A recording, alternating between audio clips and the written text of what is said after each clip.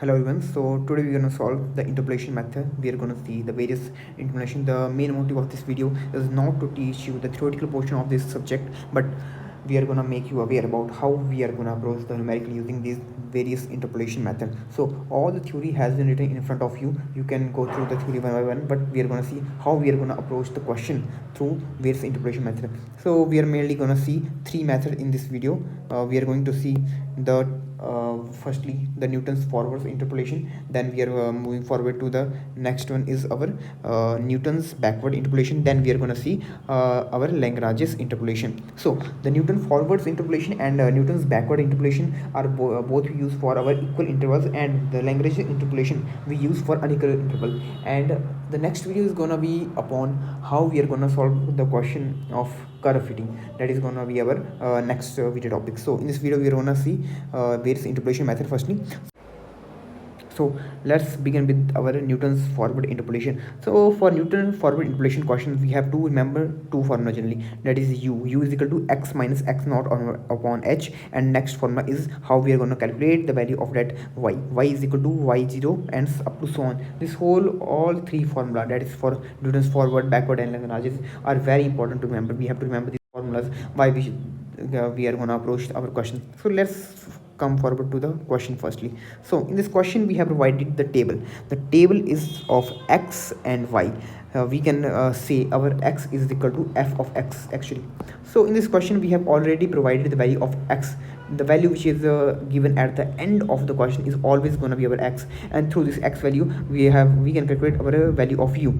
So we have got our x as 4, and from the table we can see that we have the value of x0 as 3, x1 as 5, x2 as 7, and x3 as 9. So using the formula of u is equal to x minus x naught upon h, we have provided the value of x that is our 4, and x0 is our 3 upon h is the difference between these two. The difference between these two is 2, so we are going to divide our value by 2. So by putting this value we can calculate the value of u, that is going to be our 0.5. Then we have firstly we have made a table in which we have put forward the value of x and fx, that is our y. We can say it's our as y0 or y0, and the next value is going to be table in delta y and delta y square and delta cube y. So how we are gonna complete this chart? Firstly we have written all the value of the x, then all the value of the y0 of our fx. We are going to subtract the below value with the upper value. So in this we are gonna minus 150 minus 180, that is gonna be our minus 30. Then we are going to minus our 120 with 150, that is gonna be our minus 30. Then we are gonna follow this approach again, that is 90 minus 120, that is equal to minus 30. Through this we can calculate the value of our delta x, delta y, and then we are gonna follow this approach again. Then we are gonna minus 30 with minus 30 minus of minus 30, that is gonna be our 0, and again minus 30 minus of minus 30, that is gonna be our again 0. So using this we have to follow until we got our single point, and that is that is going to be the value of our delta y respective to it. So from here the delta y value is going to be the upper values of all the, we can consider it as like forming a line like this. So these all values are necessary to put forward in the formula that we have studied earlier to calculate the value of the y. So using this value we can solve our question, we can interpolate the values. So as from the above chart table we have put it all the values in our formula, and using this all the values we can calculate the value of our y. So the first question is complete. Now looking forward to the second question. The second question is similarly like the previous one. We have provided a table. We have to firstly make a table of y and x and y, then we are going to calculate the value of delta y square, delta y cube, and using these values we are going to put these values in our provided formula.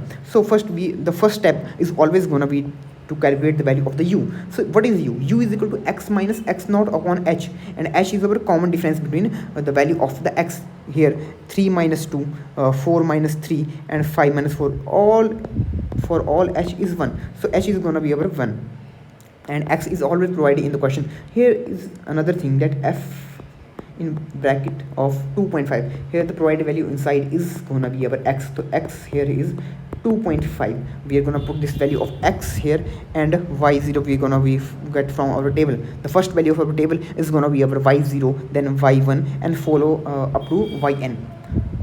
Using this formula we can calculate the value of u. So the necessity of value of u is required here. So from table again we are gonna do the same thing, that we are gonna subtract the value, the below value with the upper value. The below value we are gonna subtract with the upper value, and we are gonna follow it follow this process until we reach a point where we have only a single point left. So using these all the values, we are gonna put forward this all value in our formula. Here y0 wherever first term, delta y is here this delta y square, and delta y cube is our the upper value.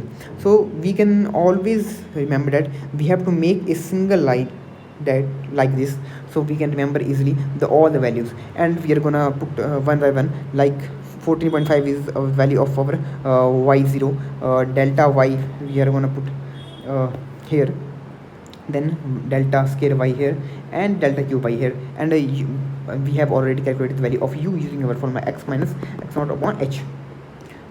Again, it's very simple question. Let's move forward to the next question, that is our third question. So this question is a little bit different, because this question we have provided that the number of students who obtain the marks between 40 and 45. From the following table we have to calculate the student who have obtained the marks between 40 and 45. So in this there is no clear instruction provided. So firstly we have to make a table using this, that the number of students who have obtained the marks below 40, below 50, below 60, below 70, and below 80. So using this interpolation, let's see firstly what is going to be the value of our value with respect to the x. Below 40 students, how many students who have obtained the marks below? So below students are 31. Then how many students who have obtained marks below 50? Below 50 are gonna be the addition of these two, and below 60 is gonna be the addition of these three, and below 70 is gonna be the addition of these four terms, and below 80 is gonna be the all the students.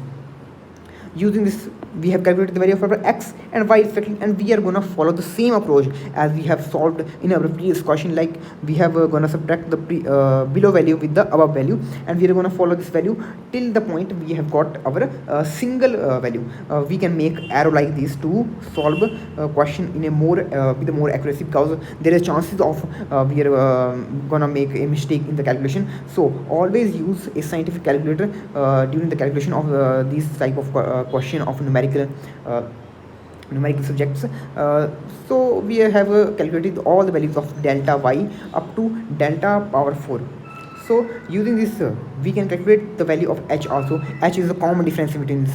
We can see clearly that the common difference here is h is equal to 10, and using this u formula we can calculate the value of u, that is u is equal to x minus x naught upon h, and we have got our u as 0.5. Then we are going to put forward all the values of the y into our formula, that is y is equal to y naught plus u upon 1 iota delta y, and as we have seen we have provided delta y here. We are going to put delta y value here, delta square value y here, and delta q value y here, and delta power 4 value here.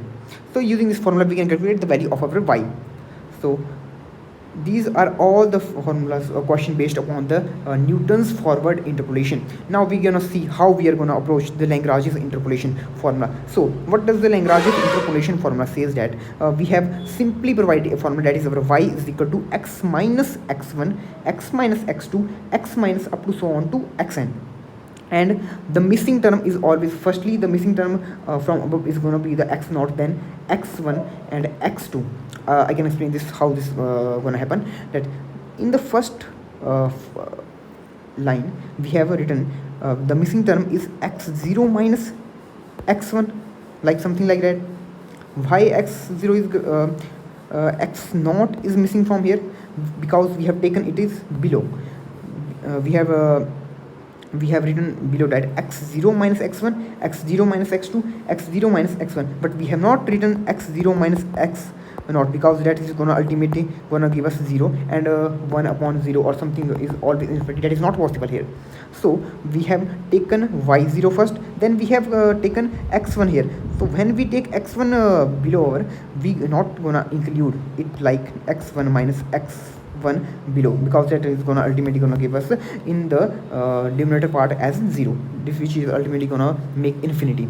So that is not possible. So we can see that firstly from this formula, that is our y is equal to x minus x1. The missing term is y0, that is gonna be below y0 minus x1. Then the next term is gonna be x minus and x2, and next term is gonna be x0 minus x2. And the value of x is always provided in the end of the question. In the end of the question, what is written, we have to close your eyes and simply take it as x. That is going to be our value of x. In this Lagrange interpolation formula, it is very important that you have remember this formula by heart, because without this formula you are unable to solve the question. In this we have no terms like u or another terms. We have only have to take the value of y, and using this formula we can easily calculate the value of our y. So from the table, we have to see that the value of x start from x0, which can go up to xn, and all the values of y start from y0, and we are gonna put all the y0s y1 one by one, as the formula will expand further. So using this simple formula we can calculate the value of our y.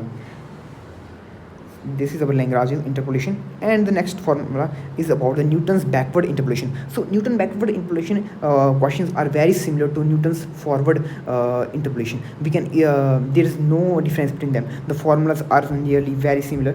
So what is the main difference that make them very different from one another is that how we are gonna approach our question. In this question, the table is provided to us. Let's see how the table is provided. In this, we have provided the table values as age in years that we can take our x, and annual premium in rupees that we can take as our y. So using these two values, we are gonna make a table. How we are gonna approach the question? Firstly, we have taken the value of x and y. Then we are going to follow the same approach as we are going to calculate the value of delta y square, delta cube y, delta power 4 y. So we are going to follow the same approach as that. We are going to subtract the below value with the above value, and using expanding our tables up to a certain point. Ultimately we got our single value in the end. So what happened here in this, in Newton's forward interpolation that we have earlier discussed, in this we have taken all the values of above. But in the Newton's backward interpolation, what we are we are going to take all the values from the below of our. This is the main difference here, and the x is already provided in the end of the question. So we are going to take all the values from the below. That is going to be our x, y. This is going to be our delta y. This is going to be our delta square y. This is going to be our delta cube y, delta power 4 y.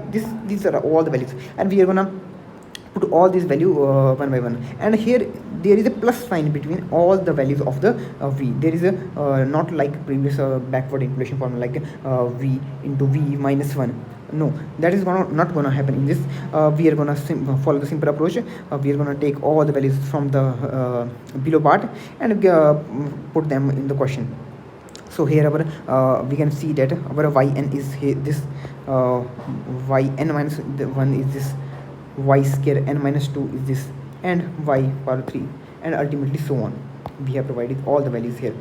By putting these all values, we can simply solve this question.